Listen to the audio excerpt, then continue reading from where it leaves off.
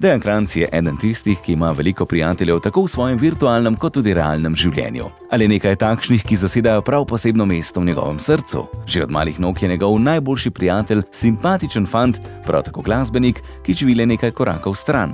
To je moj prijatelj Miha Salobir iz Laškega, ki je približno 5 do 10 minut hoje stran od mojega stanovanja. Miho Salobirja najverjetneje prepoznate iz ansambla Eurokvintet, v katerem igra trobento.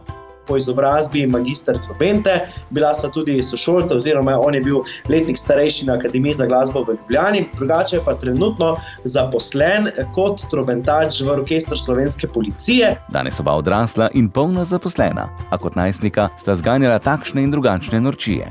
Misliš, da je to za televizijo? Ja, je. Tiste bolj odrasle po moje niso, ampak kakšne iz otroštva pa zih so.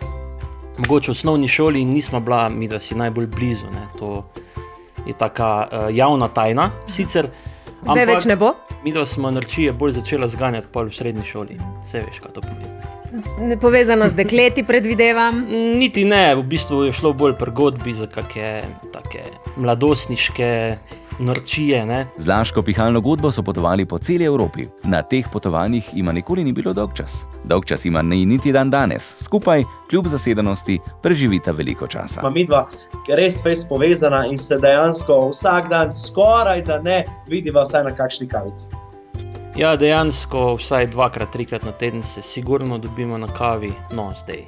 Ali pri enemu ali pri drugemu, drugače pa smo imela pred leti ritual, vsako jutro smo se dobila, ko smo bila še oba v Laškem, smo se dobila na kavici, pol smo šla vadit vsak za sebe, pa še na kakem kosilu. Ko kavica ni mogoča, pa so tukaj družabna omrežja. Fantje imajo svojo zaprto skupino, v kateri si dnevno izmenjujejo fotografije, mnenja, ideje, si pišejo, kaj počnejo in kaj se dogaja v njihovih življenjih. In glede na to, da sta oba glasbenika, koliko besede teče o glasbi? Zelo malo. Zelo malo, ker je to v bistvu pa lahko preveč obremenjujoče za oba dva in imamo veliko drugih stvari, v katerih se lahko pogovarjamo.